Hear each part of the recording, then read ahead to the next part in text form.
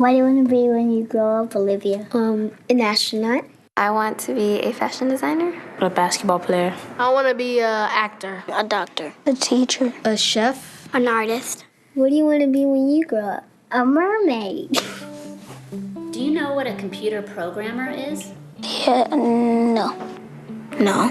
No. I think it's something that has codes and is able to decode a mystery. I think that they...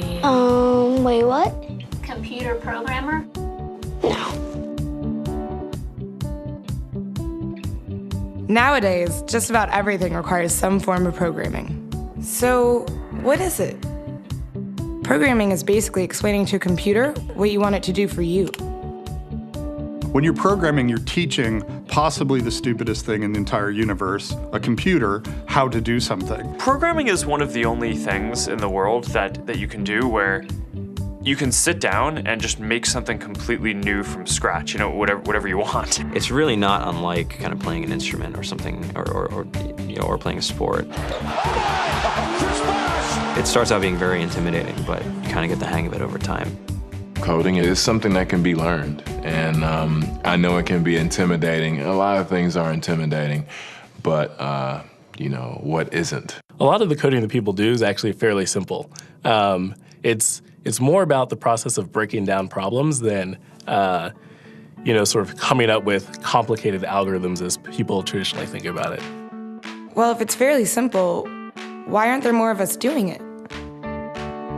Over the next 10 years, there will be 1.4 million jobs in computer science, and only about 400,000 grads qualified for those jobs.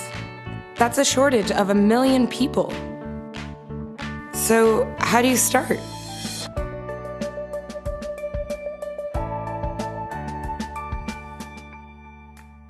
I was obsessed with maps when I was a kid, and cities specifically.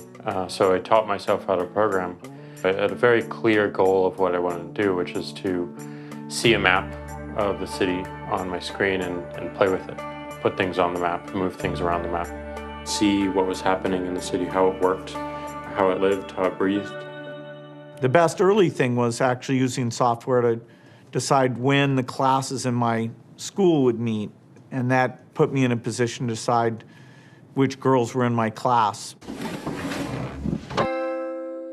The first program I wrote asked things like, what's your favorite color? Or how old are you? I first learned how to make a green circle and a red square appear on the screen. The first time I actually had something come up and say, hello world, and I made a computer do that. It was just astonishing. When I finally learned a little bit of programming, that blank wall resolved into a bunch of doors. And you open them, and finally you start to open enough doors that the light comes in. And to me, a finished program is like a structure filled with light. All the corners are illuminated. You understand the structure of it. It's a really serene feeling to have completed that.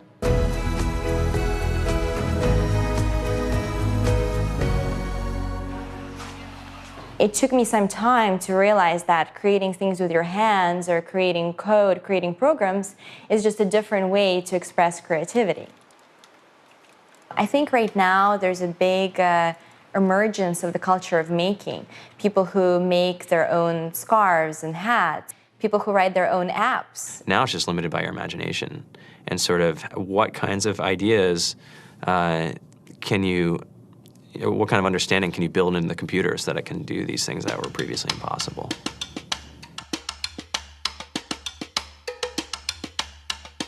All great things are built in teams when you collaborate with other smart people. You're testing your ideas, you're stimulating each other. That's what makes us successful. It's not some flash of brilliance by somebody who then codes 24 hours a day for 3 weeks. It's what happened. The magic happens when we're all on the same page, collaborating and building something together. There's a much greater need in the world for engineers and people who can write code than there will ever be supply.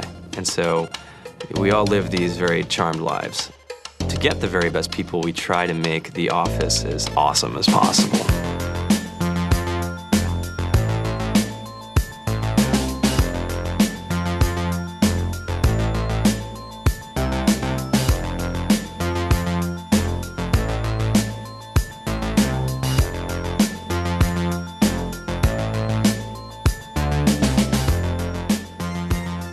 have a fantastic chef, Free food, breakfast, lunch, and dinner.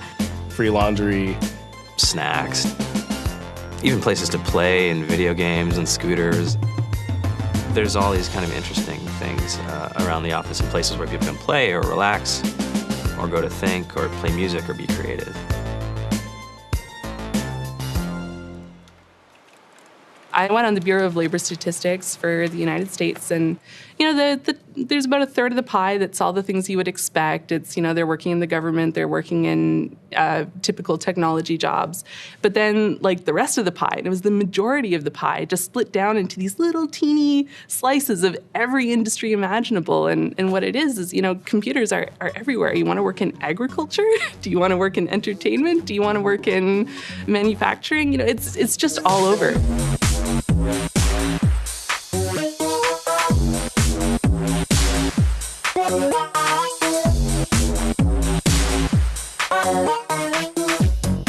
Here we are, 2013. We all depend on technology to communicate, to bank, information, and none of us know how to read and write code. So you guys, what else? Who else has an idea of what we can change with our programming? What else can we do? Tiffany? What I saw my students take away from using Scratch and programming in our classroom is that they were willing to push through problems. It really builds critical thinking, it builds problem solving, and it's something that they can then apply to math in the classroom or their reading skills. We integrated science with this programming, and I saw my scores go up 30%. When I was in school, I was in this after-school group called the Whiz Kids. And when people found out, they laughed at me and, all these things. And I'm like, man, I don't care. I think it's cool. And, I'm learning a lot. And some of my friends have jobs. It's important for these kids. It should be mandatory to be a citizen on this planet, to read and write code. I just think you have to start small, right? And I think that's one of the biggest misconceptions about computer science and programming overall is that you have to learn this big body of information before you can do anything. You don't have to be a genius to know how to code. You need to be determined. Addition, subtraction, that's about it. You should probably know your multiplication tables. You don't have to be a genius to code. Do you have to be a genius to read? Do you have to be a genius to do math? No? No? I think if someone had told me that software is really about humanity, that it's really about helping people by using computer technology, it would have changed my outlook a lot earlier. Whether you're trying to make a lot of money or whether you just want to change the world, computer programming is an incredibly empowering skill to learn. To be able to actually come up with an idea and then see it in your hands and then be able to press a button and have it be in millions of people's hands. I think we're the first generation in the world that's really ever had that kind of experience. The programmers of tomorrow are the wizards of the future. You're going to look like you have magic powers compared to everybody else. I think it's amazing. I think it's the closest thing we have to a superpower.